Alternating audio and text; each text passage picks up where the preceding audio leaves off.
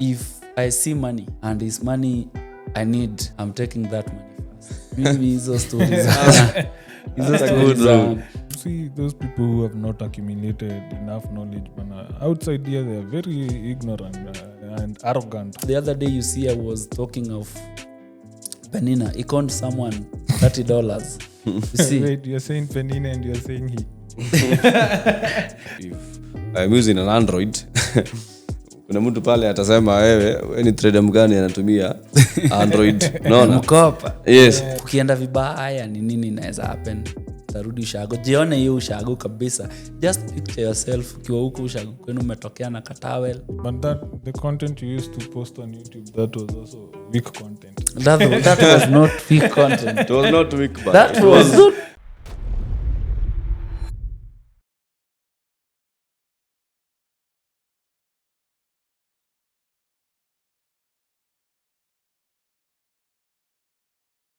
Hello traders and welcome back to Traders KE Season 2. This is episode 7 and today we are joined by a very, very, very wonderful guest. Actually, he was the first guest in our first season 1, and it's interesting. He's coming back now with a different name.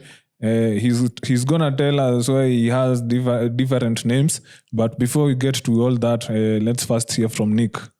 Karibuni sana guys to yet another episode. If you are tuning in for the first time, mazee karibu sana to the channel. If you are coming back again as a returning subscriber, feel very much welcome. And we are going to be enjoying a very nice episode. You might see me on my phone once in a while. It's during New York session as we are shooting this. And nimechukua trade hapa Mark ameniambia we take a trade. So I'm still managing the trade. If we die, we die. Yes. And yeah. So karibuni guys. And today we are joined by a trader. We had him in the first season, as Mark has said. And we felt good to bring him back on air. Because the last time he was here, he's a trader who actually bought his first car from Prop Farms. And eventually he shifted now to full-time trading.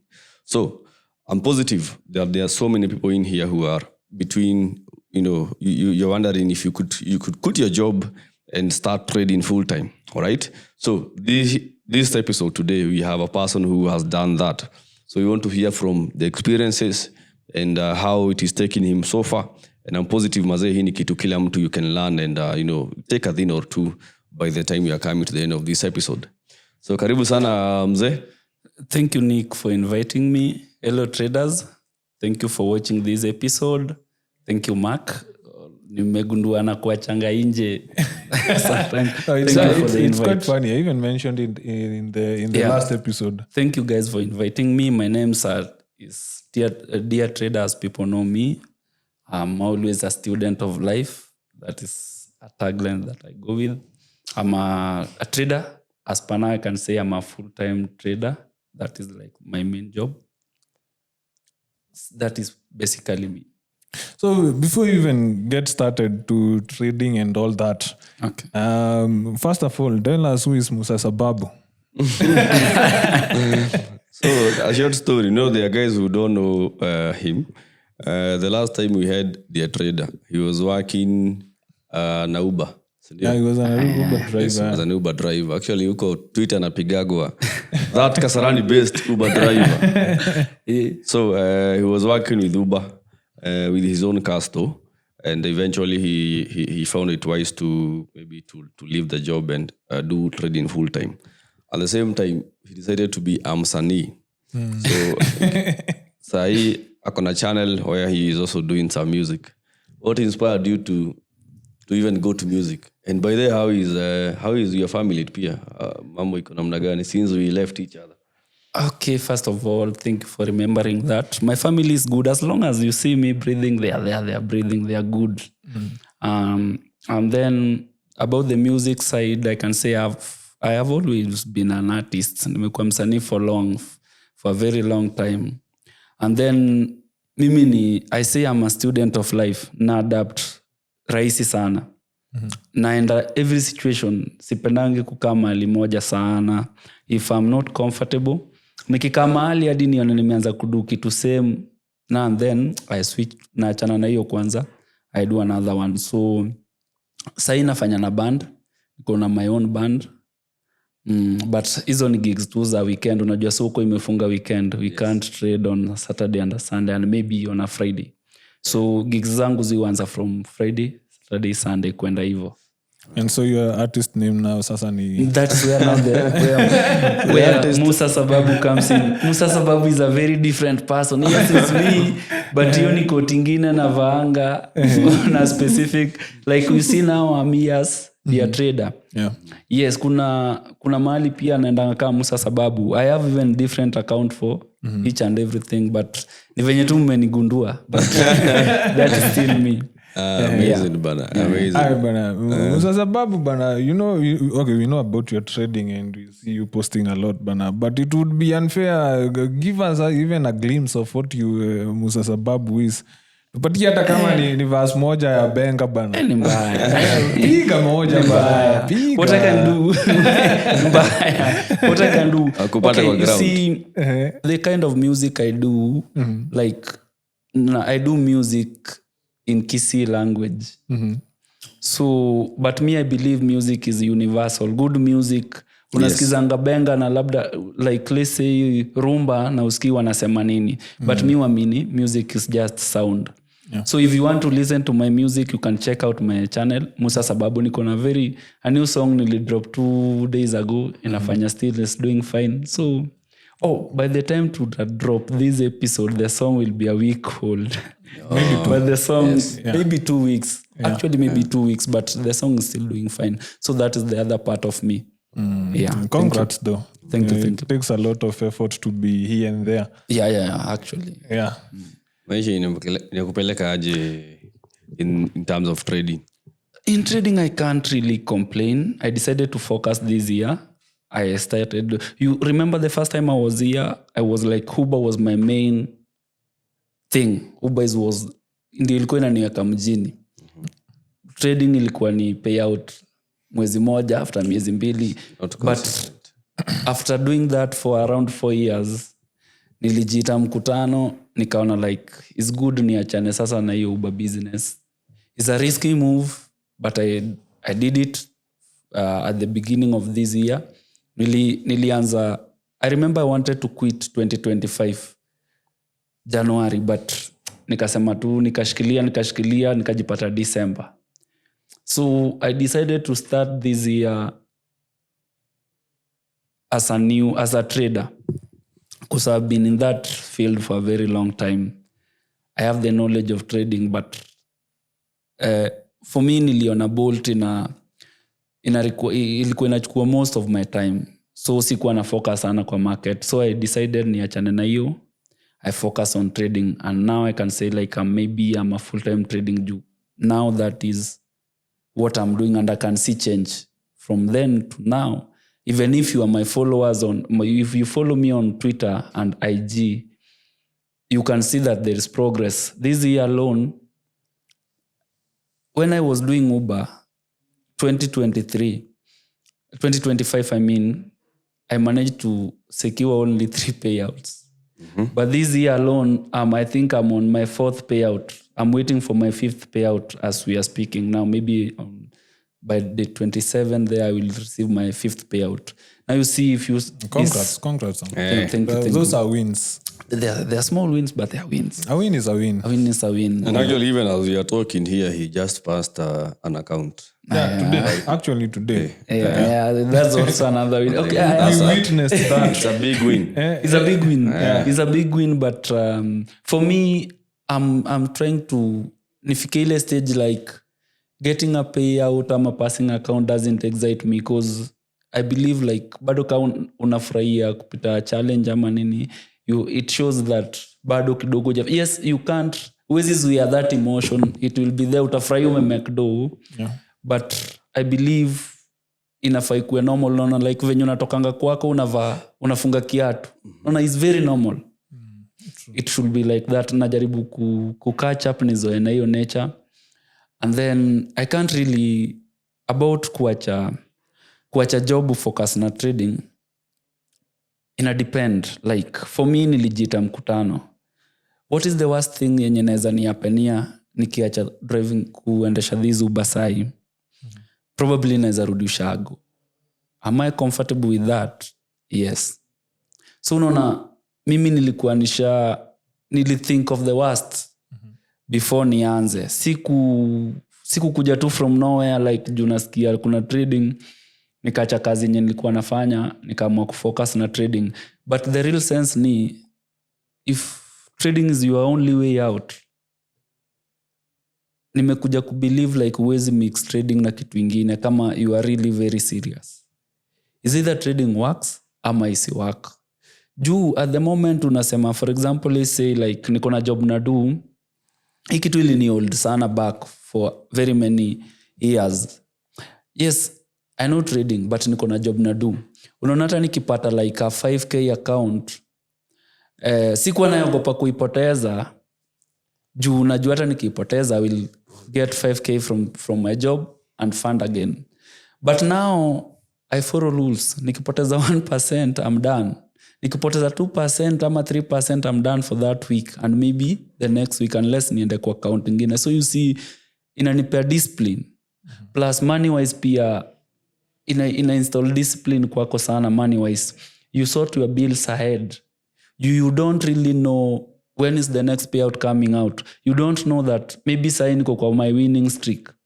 Unaona, sijui my drawdowns zitakuja lini. So you have to really be careful sana. Kwanza ukiwa na familia kama mimi, it's something you have to decide, sit down, useme do you want to do this trading thing ama unataka kuifanya tu kama you see. Ushaipatana na trader na kwambia I have been trading for 7 years 6 years, but ukiangalia life yake unaona trader kweli. It is not that ni juu akona fear like yes anajua trading works but ataki kuput in all the effort. So me I decided to go that way and I probably nashukuru Mungu I'm still going strong. I think this will be my 3rd month. My 4th month ndio hiyo sasa tunaenda kuanza.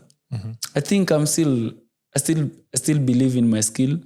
Bado na sharpen my skills every day. Juu trading is learning always. That is it.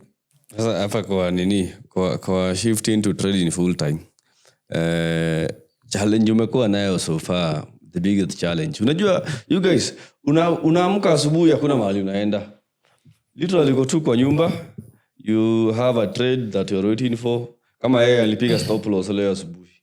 By saa 9 on a different account. On a different account. Like let's say like uko na account moja ama 2. Najua ukisema you are trading full time, uko tu like maybe you wake up from your bed sitter, unakanyaga laptop iko hapa ama let's say your phone. So let's say ama saa 4 at London Open ulishakula stop loss yako safi. Now you have the full day doing nothing, uko tu without good discipline. Itakuforce uanze kuchase. Maybe you see rent pia is due. Rent is something yenye I think hapa Nairobi that is the most important bill. Unaona? Na trading huwezi sema ati you will be getting money ya kulipia rent every month. Trading hakuna pesa yako, like they don't promise you anything. You can go for 3 months without a payout. They don't do nothing. So ni challenges zenye ziko. Kuyo kukua bored, doing the same thing in and out. This trading full time, people want it. But I don't really see exciting evil people think. Yes, wanakuwa na kwa nyumba, uendi mahali. But at some point, mentally hata ukisema like uanze mazoezi, ni vitu hujazoea. Tuambiane tu kweli, uwezi amka leo uende uanze kukimbia, sijui umeingia gym wapi. Your body haijazoea hizo vitu. Wewe ni mtu tu wa jua kali nini. So iko na effect zake pia. But ni vitu pia you will learn how to deal with them. See, maybe you read some books. If you are a reader, unaona kama mimi I'm into books. I'm reading my 4th book like sai. So you read books? That's amazing. I'm just beginning. I'm on my 4th book, audio books, physical books.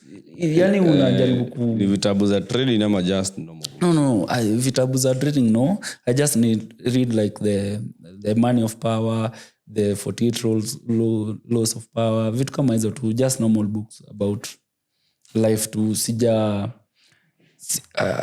I used to nimesoma vitabu za trading way before za kina McDouglas before, so but at the moment I don't have any trading books, but you see the habit sikuwa nayo. Unaona, nikiwa Uber ilikuwa very rare unipate nikisoma.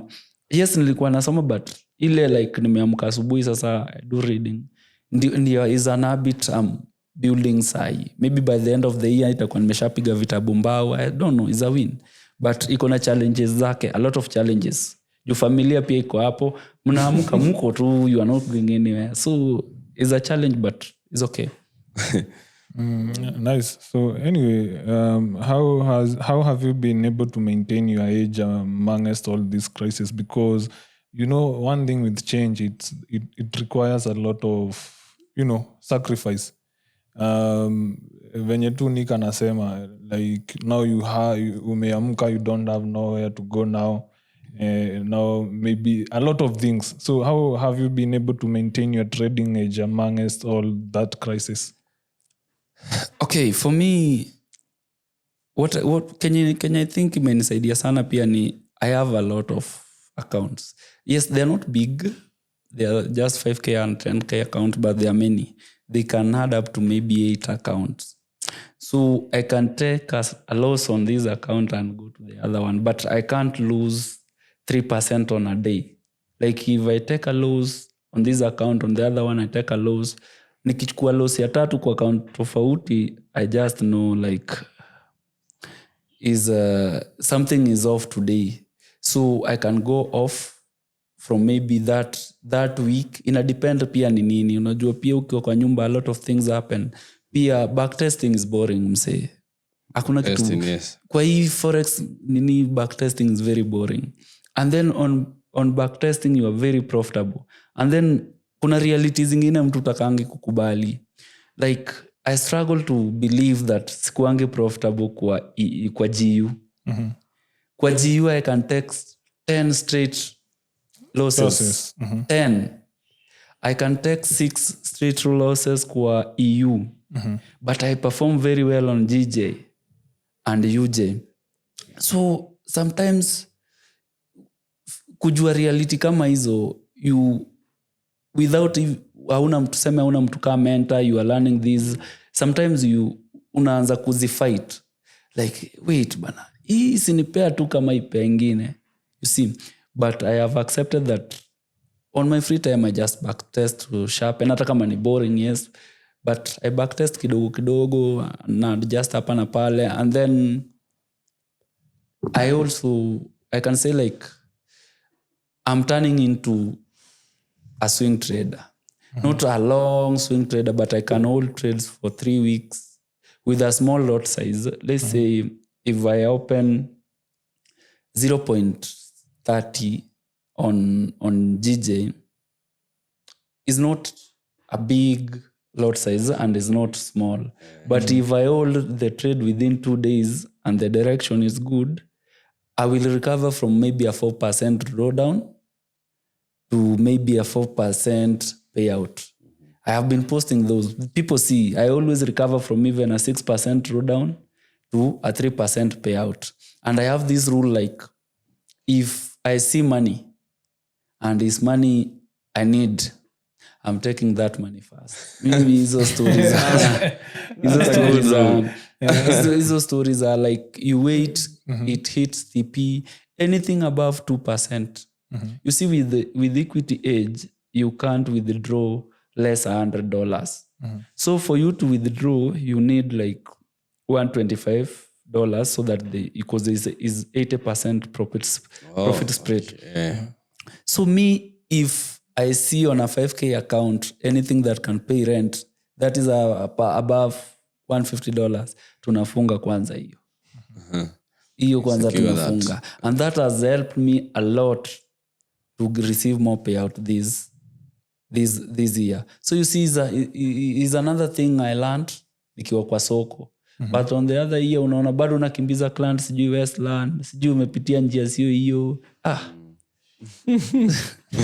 lot of things. Hapo on the issue of prop firms. Okay. If there is something that drains so many traders, the drawdowns. For example, you're talking about your 6% down on one of your accounts. Just an example. Yeah. Na uko kwa nyumba, now you are trading full time. In most cases, you will want to try to recover that money. Yeah. So, have you maybe since now you started trading full time? Did you have to come up with, with any habits or new things that you're doing to avoid, especially going back to losing trades? So, in simple terms, how does your day now look like? Okay, drawdown, even for me, it still affects me somehow, especially if the drawdown affects everyone, especially if the drawdown is on a live account. I don't mind any drawdown on a challenge account. I'm okay with that. I'm okay even losing the account. I'm okay. But when you see trading, most of it is just psychology and mentally. Trading is in your head. When the account is at the funded stage, that is money. Anything you make there is money. Yeah. So if that account goes to draw down, kuna venye sama unaanza kupoteza your ability to trade, especially kama imeenda sana. Like imeenda maybe now way past 5%, unaona like napoteza this account. Sasa tell me like una depend on this account to pay maybe your rent next month. Probably mentally utakuwa una trade clearly. So that is why you need different accounts. They don't have to be big.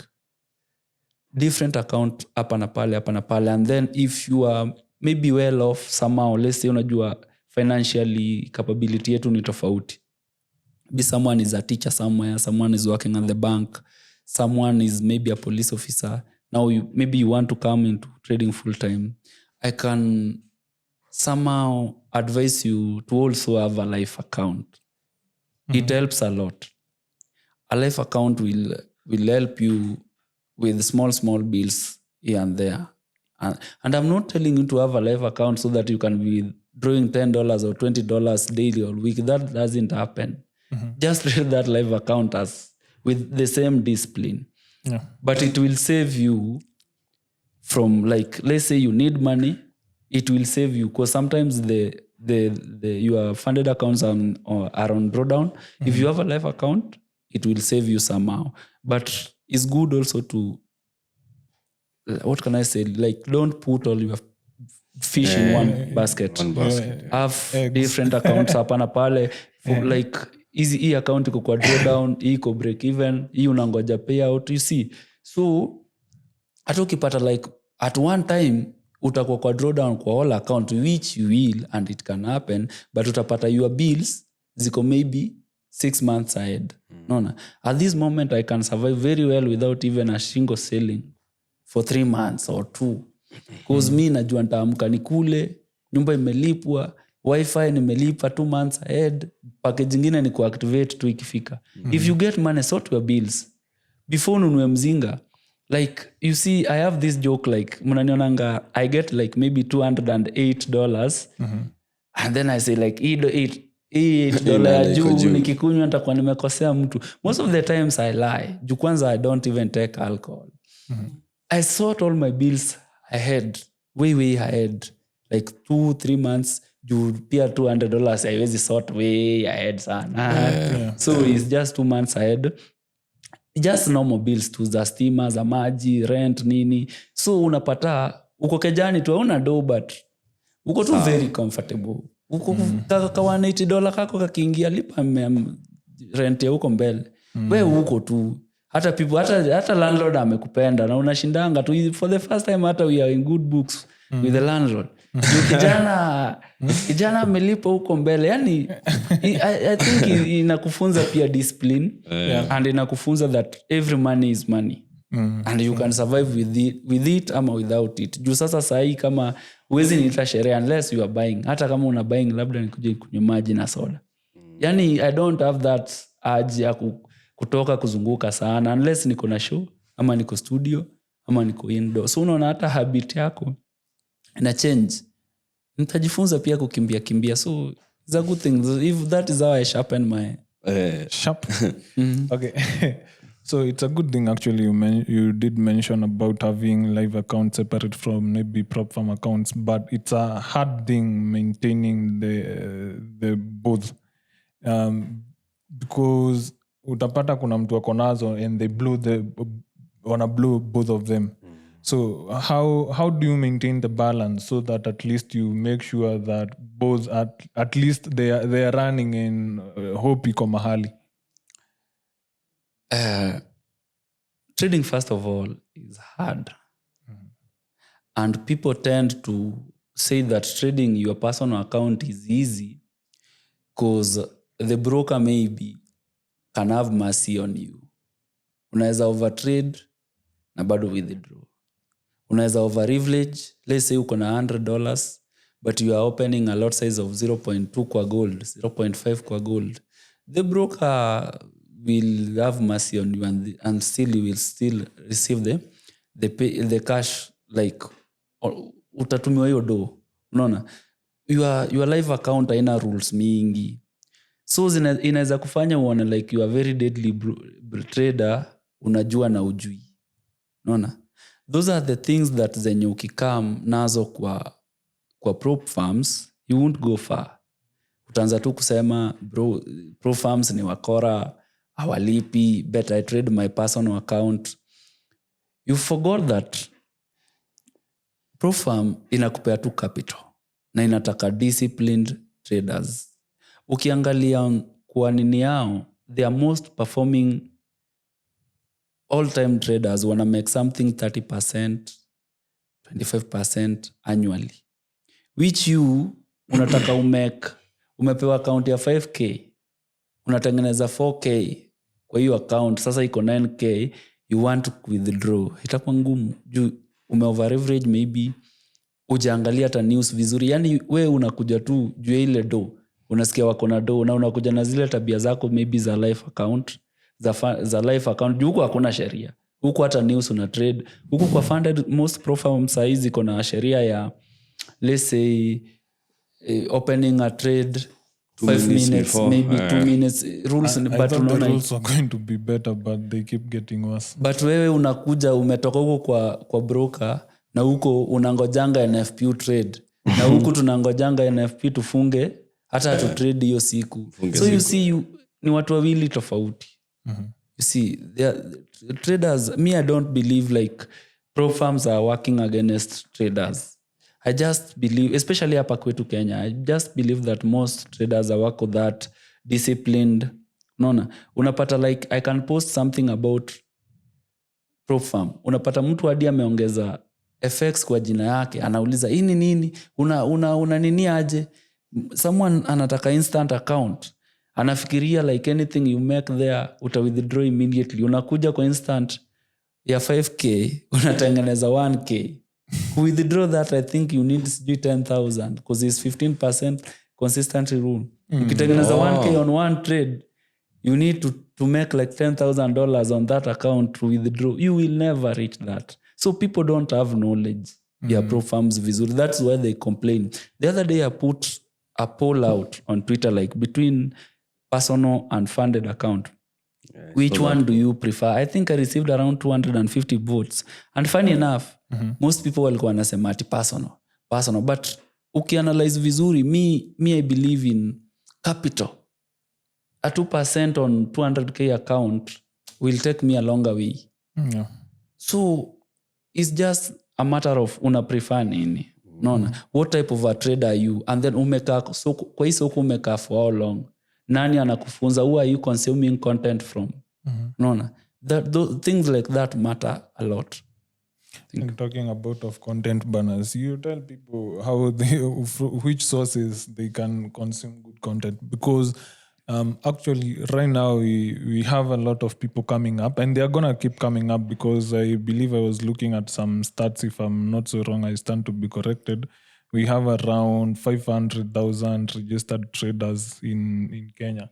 So at some point we're gonna get to 1 million and maybe 2. And Pia, as in trading now it's so in the open. Right now, someone who is in high school is already thinking of joining high school because is thinking about joining trading somehow, investing, and So how can people filter out the kind of information they consume? That's a very challenging question. By the time mtu anakuja kufikia podcast kama hii, ashazunguka sana, like ashagongwa left, right and center. So, and then channel pia si mingi. Unaona? Apart from this one, the other one naeza sema ni there are not many. There are not many because kuna ile ya Rufus, the Rufus one. Kuna ile ilikuanga ya kina Ken walifunga, the financial kuna ya Rick the trader, but you see those are not so big names in the trading space. The trading space majina kubwa ni most of them ni scammers, and then they have the life. See, they have the lifestyle, and people want life. People don't want knowledge. No. People want life. Like hiyo lifestyle ukimshow tu hivi venye anaweza flip. The other day you see I was talking of Penina. He conned someone $30. You see? Wait, you're saying Penina and you're saying he. Wajanja wameshika. You see, he conned someone $30. Honestly, it was $20 to be precise. Before he has conned, okay, anachezea hapo. Let's say anachezea below that. But you see, the way someone was conned is wanafanya market pool, and then he flips. You see, you give out $20 and then upewe $100. Like logically, if you are a trader, logically you know that is, hata kama tumekana nyinyi hapa munipe pesa saa hii, I'm a trader, but I can't promise you anything. That's a percentage gain of from 20 to 100. How many percent? That's almost 1,000. Yeah, 1,000%. Because 100% is 20. That will bring it to 40. It's almost 1,000%. It's very unreasonable. Within it minutes. makes sense. So Kenya natumiza. And people never take keen of that. Even if you go, and this is something I mentioned very much. Look at the prop firms, the kind of target profits they have: 10%, 8%. Look at the best performing hedge funds we have around: 15%, 9%. Overall, 1 year. And then you want someone to flip for you 1,000%. It's just lack of knowledge. Na watu wako desperate. Hapa nje, the economy is a harsh for everyone.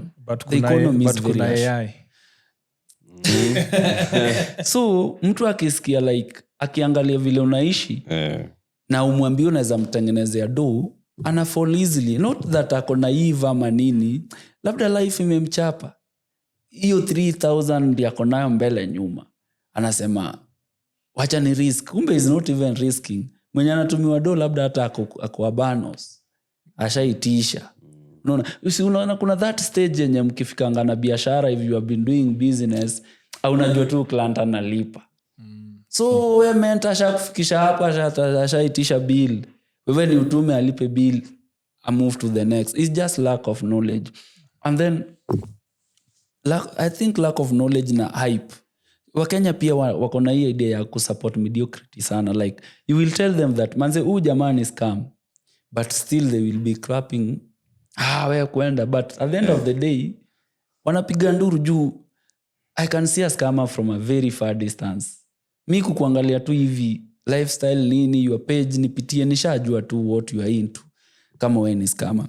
I always tell traders, like, it's not bad to be associated with anything, is be it broker, be it anything, be it a pro firm, as long as you have value, good value, is not bad. But sasa most of the people wanatakanga like uatredie at this age, you see. So I think that is one of the challenges zenye watu wanapitia.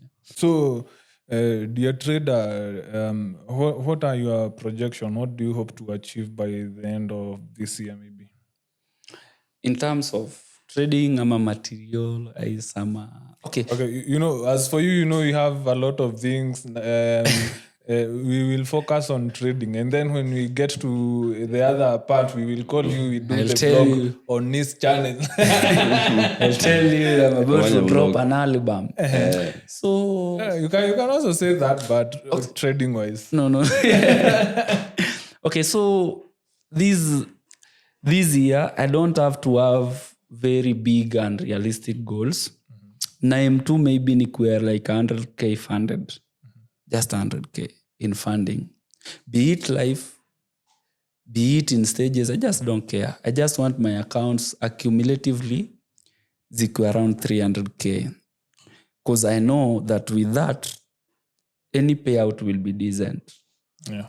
And then I'm also in this habit of growing my small funded account, like my small personal account, hata kama nika 200k, $200,000 ka personal too. So, and then maybe juu sasa I'm so idle, niko tu home, I can have my community this year at least, not for like at least juu niliona space yetu ya X is a very toxic space, by the way. You can't, huwezi anzisha kitu iendelee, iko na wajuaji wengi Sana. iko na wajuaji wengi sana. Like, do you remember the podcast that we used to have? The No, expenses. it was a space. The spaces. It was a good space, but pia nyinyi mlikuwa weak. I have to tell you are so weak. Unaleta samaki, mnampea lead on. So I believe like something like that, maybe like now maybe I have my own community, because I believe like I need my group of traders. You see, like sometimes unapata wiki mzima hauna trade, but I think ukiwa na other traders you can have a lot of ideas to share. Maybe funded traders with a personal account kidogo, people who want to now start trading fully time, because I've been here for 4 years. Ndio nifike sasa nimeamua like I want to trade, at least nafaa kuleta change, which I know it won't be big. Juu me, I'm vocal on Twitter. Yeah. And huko niko wajuaji. Huko is not, kusurvive there is not easy. Yeah. But I think I will find one or two traders wenye tunaweza fanya kitu pamoja. See, as we will always be here to support you, and anyone who comes to Traders K. Exactly. So that is, I think those are my goals this year. If I achieve those, I'm okay. I'm not planning to buy any car this year. Actually, I'm even planning to hiyo yangu ya Uber kuachilia. That thing inanitesanga sana emotionally. I don't want even to see it. I don't want to buy any car this year. I'm not planning even for next year. I don't think. I just want to be stable. Kwanza kabisa, trading wise, account zangu zikuwe strong. Maybe, because if you noticed, I'm not putting content on YouTube anymore. Yes. Because yes, I'm indoors, but nilipata ina affect sana my music career. But the content you used to post on YouTube, that was also weak content. That was not weak content. It was not weak, but it was. You see, those people who have not accumulated enough knowledge, but outside here, they are very ignorant and arrogant, both, who are going to buy it. And we have been discussing this even before we started this video. You work on exposing people, but are you actually going to stop them? Are you going to stop the scamming with You can't really stop scamming. You can just control it, because you can't even control it. That is the point. You see, when we started out on the X spaces that you are saying, I had several X pages taken down, and ilikuwa ni kwa sababu ya kupiga wa majamaa when they were holding the live NFP events, and then we could put a lot of pressure huko, tungeweka mawe sana huko, but after mmeweka mawe the whole weekend, you are getting tractions and everything. The event yenye huyo jamaa atafanya bana, it's packed, watu huko wamejaa, wako nje. Like, you did nothing by the end of the day. Like, people are just gullible and they will buy into anything. So I hope you are coming back to the content, Sindio. I hope we can work on something that is much more educational, so that whomever buys value. The Kenyan market is full of people who, especially the traders. If I'm not driving a GLE, I definitely cannot teach you. That's what most people will take it. If I'm using an Android, kuna mtu pale atasema wewe ni trader mgani anatumia Android? No. Mkopa. Yes. So unapata most people are just buying into material things, and that's why most people are now getting scammed, because the challenge that tuko now, the people who have the skills, they don't have money. That's a big challenge. Watu wengi wako na skill, najua ku trade, yes, lakini capital is a big problem, and it's normal because bana tuko Africa, and Africa is a place where even getting, for example, when I was reading Baby Pips, the very first time nilisoma Baby Pips, huyu jamaa alisema pale kwa Baby Pips that if you have less than $10,000 to trade, you are trading a very small account. Alikuwa anasema on the minimum have at least $10,000. So hiyo ni roughly 1.3 hapo, ndio. How many people can be able to raise that and load into their broker account? Very very few people. So that's why watu kuna skills huku nje bana. I always get DMs, and I know you also get the same. Akini buy tu ka account ka 5k, ni load $200 hapa, you see. But now the problem is, capital. When we overcome this? And two things. I don't want to forget these points. Wacha nianze na hii, and then I finish with your... First of all, kwa sababu I don't believe that kuna trader mwenye akona skill na akona issue ya capital. I don't believe that. Uwezi kuwa ukona skill na una capital. In this way, 5k account ina go for how much? $32. Max $40. Let's say $40. $40, yes. Unasema uko na skill. Can you really show me sahi nikikuuliza like mimi ni trader niko na skill najua ku trade, unionyeshe historia yako ya 1 year on that 5k account, nitajua. But most people don't have that. You see, you can't my longest account yenye nishai hold, I think I have it now ni 2 years, is a 5k account. So if I can say like niko na skill, run the account for 2 years. 2 years. It is here. It is funded. 2 years. 2 years. That's impressive. That's very consistent. So unaona hiyo ni kitu naweza toa ni kuonyesha. You see, but unapata mtu anasema kuna skill, uni mtu akona girlfriend anapeleka out, uni mtu anavaa daily, but hawezi pata $32 or $11. Ushiki hata pro farm kutoka these ushika pro farm during even the promotion days. Wewe unasemanga tu uko na skill, shida ni capital. Anza na that 5k. You see, you never know. Unaona hizi vitu, this podcast, you never really know who is watching. Yeah. Put out your content there. Someone will DM you, ni aje nataka nikushikia account, tutakuwa tunagawa hivi. Deals are out there. People wako na doa hapa nje. But you can't be saying, ukini DM, I get a lot of the DM like that, but me who ignore. Hata siku hizi nimefilter, ndio ni DM lazima ukwe verified. Juu, most of them, ni kwanza wakiona payout, ni kulia tu. But mse unasema like, this thing is a scam. Mimi payout ndio nimeweka. I'm always a risk taker, so I don't believe like kuna mtu anajua kutrade na anado. Trade hata na 100, trade a cent account. Take 1,000 bob. Fund kwa cent account. Anza na hiyo. At least ukikupata unaweza kuwa na kitu fulani unaweza toa uonyeshe. So I don't believe in that. On your point on controlling scammers, ni kitu hatuwezi maliza. The damage is done. The control is this. By the time unakwambia umseni scammer na nikuonyeshe evidence, maybe unajua this thing tuna put out there, we really don't know nani aliona, nani hakuona. But for the few wenye waliona tumesaidia. So nilikuja nikapata the only problem was nakwambia huu ni scammer but you want to learn, sikupei option ingine. Yeah. Na huyo scammer ndiye anafunza, so you just have to go and try that is why I said now the community umepeana problem hujapeana solution. Exactly. I think hapo ndio pia tulikuwa tunalemewa. If we have very few good traders, we will change, because I believe in trading bado tuko nyuma. Hatuwezi fikia essay hata matter of podcast bado tuko way far behind. Yeah.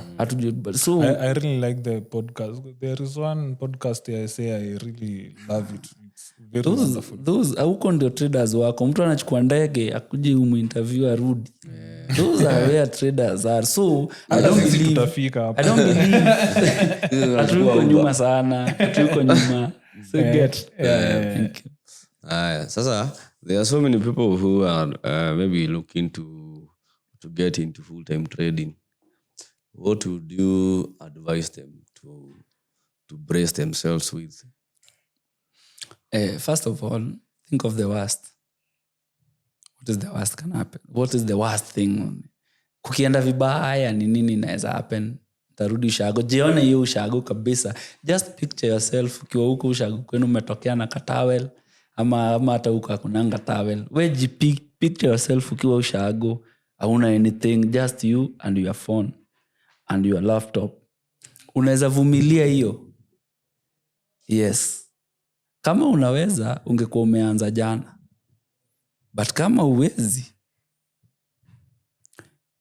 choose either utrade ama ufanye kazi yako. Ama swing basi. You can swing and then things itaenda good. Ama you find someone akushike mkono as you go. Si someone akutradie. Someone wenye mnaweza. Like if you swing, unajua kama unachukua trade let's say na 4 hours, naweza ngoja wiki 2 haijafika kwa zone. Yeah. So find someone to kwa community. Wacha pressure. We have been here hii ni mwaka 5 tunaenda kupiga gari, tunaonanga tu tukipita kwa showrooms.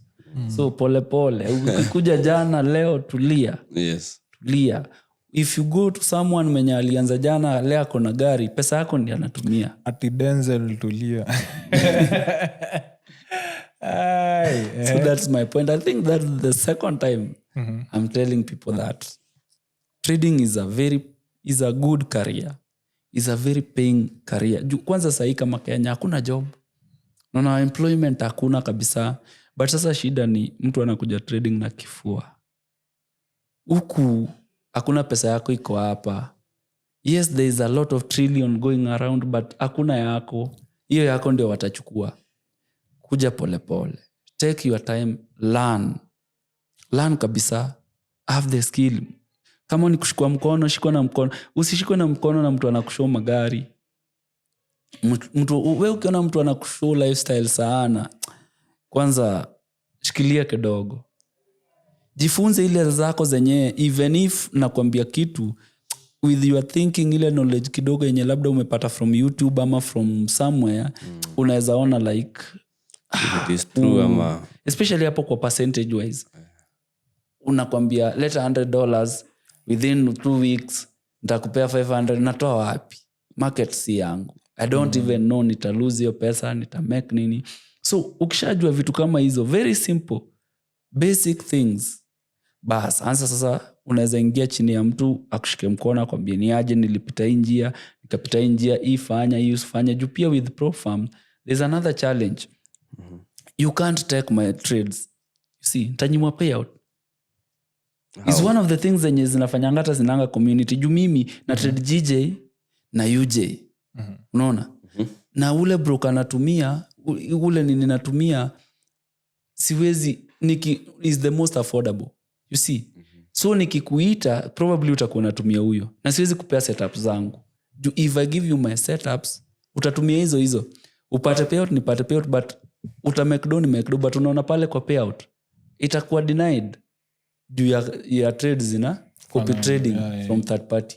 You see, so things that is not allowed. That one is not allowed. So you see, challenges are there. But now if someone comes with maybe a cent account, you see, you can guide him easily. Unaweza mpea setups easily. See, so So things like that, pole pole tu, it will take time. This thing can take 5 years. I said last, it inaweza chukua hata miaka 10, especially na wale watu tuko nao hapa Kenya sasa hata 15 years kama unasomanga tu. But you decide is either ijipe ama is ijipe. Ukishaingia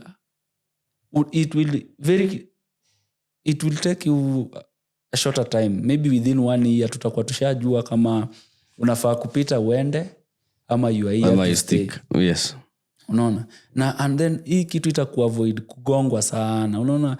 You remember the last time I told you, mimi ndio mtu sijagongwa sana kwa hii market. Yeah. Sijagongwa sana kwa hii market. Hata the only mtu aliyenigonga ni card nilikuwa nanunua kwake. Ninunue nao Profam. Si ati alikuwa ni trader ama nini. So you see, if you have good knowledge, ikitu iko na do. Trading si lazima uende uweke pesa kwa gunia ndio ukuje. In fact, you don't even need money. We kuja. Knowledge kidogo kidogo ile. Kuna trader hapa wametrade miaka 2-3 but hawaoni watoke vipi. Those are now the things that wenye tunafaa kujenga na community. And still very ignorant. You see those people who have not accumulated enough knowledge, but outside here they are very ignorant and arrogant both. Because you try telling someone amekuwa na kuna ile kitu tunaitanga beginner's luck, of which it can in your very first months unaweza pata hiyo. Even an year still you are still a beginner. So that is, even if you are still profitable by that 1 year, that is still beginner's luck. And you try to talk them that the market requires consistent learning, and kila siku you are just learning. It's like an ocean, it's vast. You never stop learning, and the market, as in, it's something that updates daily. Bana watu kujaribu kuongelesha market is very, hakuna kitu haifanyi kazi kwa market. Kuna trend lines, kuna trade one candle sijui nini, ICT, one CSD, but everything works, you see. But you have to uisharpen ikwe yako, unaona, especially kwa advice mtu anajifanya anajua inakuwa ngumu sana. You see, in these markets mtu kama ICT amechangia sana, ni like in the trading space in one way or the other. Almost every trader anatumianga concept yake, not the whole of it, but kuna by the time umesikia tu mtu ametaja maybe liquidity, anaweza kuwa trader ICT but liquidity ilitoka huko. Yeah. So you see, ni kitu kila mtu alichukua akaifanya yake. Na kuna watu bado wana trade zile zenye tulianzanga nazo kuzisoma kama trend lines, and they still work. Double bottoms, they still work for them. Mimi as long as una make pesa na strategy yako, just kama win rate yake ni 40%, iangalie vile inaweza kuja 45-50%. Hizo ndio vitu unafaa kuona fightia, nothing else. Kama win rate yako iko 30%, that is in fact hiyo iko sawa. Wewe unafaa kuwa mwalimu wa kufunza watu. But you are patient, 30% is very good. Very good. But nani anaweza kula stop loss kama 4 bila kuchange kitu? Unakula tu ya kwanza, ya pili, ya tatu. Maybe ya 5 ndio ilikuwa ikupe 4%, ikurudishe juu. Wewe ulisha change ukaona hiki kitu haifanye, ukaenda kwa nyingine. So strategy doesn't really matter a lot. Can you wait? Juu unaona hata kwa demo, how do you make money? Ni unafungulia, unasahau. Even akili yako haiko huko, ulisahau hiyo kitu kitambo. Ukienda kurudi huko, ilipanda, iko kwa do, una float $1,000 kwa demo. Uliacha ukiwa loss ya 200. So if you can apply the same strategy, where is a cute Kenya unajuanga, nikiona gari ya red naingia naenda tau. Wacha kuwa na gari ya maroon uingie na hiyo, unajua uingiangi hiyo. But ni unaingia gari ya red, sometimes inafika tawa ifiki, but unajua kuna sometimes inafikanga. So siku moja unaingia tu gari ya yellow, ati juu ya red imefika also sana, kumbe hiyo siku ndio ile ya red ilikuwa ifike tau. So discipline kama hiyo, pia doing the same thing over and over again, pia si rahisi na si kila mtu ako nayo. Yeah, sure. Yeah, but nashukuru juu we are at least heading somewhere. Unaona? we are heading kwenye tulikuwa na kwenye tuko sahii as kama Kenyan trading space. I can see like we are making progress somehow. Yes, wakora wako, but real traders pia tuko. We are doing a good work. We are putting out information to kuna trader sahii hata nisikiza ni real trader atajua tu kenye mse anasema makes a lot of sense, atatake one or two. Na kuna scam atanisikiza asikie that's a longer way, acha nichukue hii shortcut. Kuna beginner atanisikiza achukue hiyo shortcut apigwe ngeta hapo Gikomba, pesa ibaki hapo na simu. So it's up to you to choose. So, dear trader, what can you say about AI trading since that is the latest scam in town? wazi AI trading for me is very simple. Naweza irudisha pale tu kwa lack of knowledge. Juu AI trading ni nini? AI trading tu ni bot. Kawaida is a coded strategy. Nani alicode? Unaona? Saa hii unaweza command AI yenyewe i-code strategy and it will. Yeah. But markets zina change.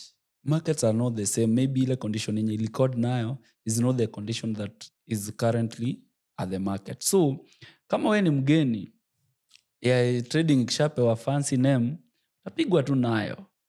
Juu ikishaitwa labda poverty killer na wewe uko na poverty na hii ndio poverty killer, lazima ununue. It's just marketing. When you wanafanya that, they are just good marketers. We can be prosecuted for that. So watu wafanye research, watu wapende trading. Na unaona at my level bado kuna mahali unafika like uoni, like una analyze, uelewi, inabidi utoke kwanza, upepo ikupige, urudi, uanze tena upya. It can reach that level, but ijaifika that level like sasa nianze kutumia bot ama AI. But mtu akiwa lazy, anaona juu hizo vitu zina make pesa kwa demo.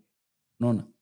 Watu wana make nao pesa kwa demo pale live, anakuuzia maybe 200 Gs, 300 Gs. Hiyo ndio inamfund.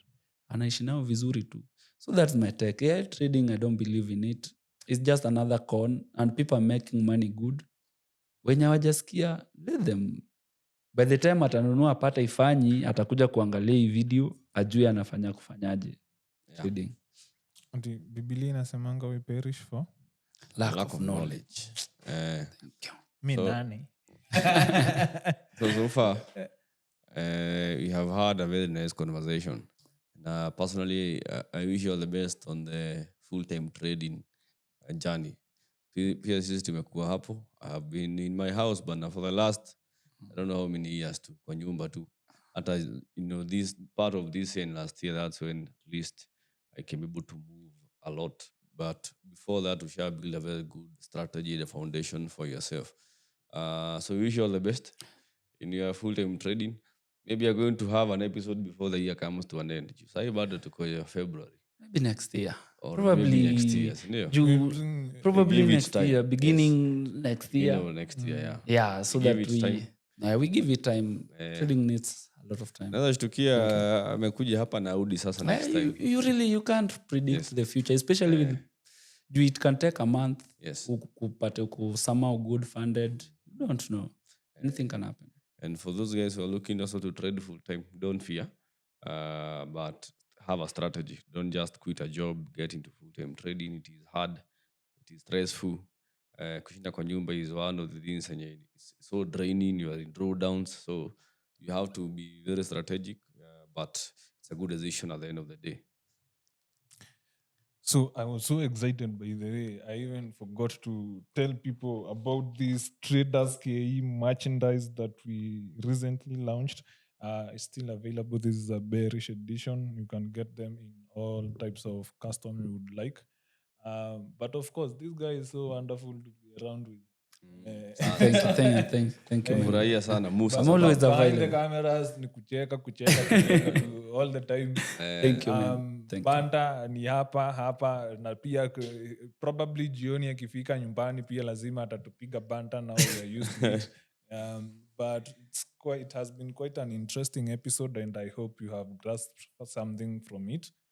And of course, keep it locked. Don't forget to share, like, and subscribe. Cheers. Yes, guys.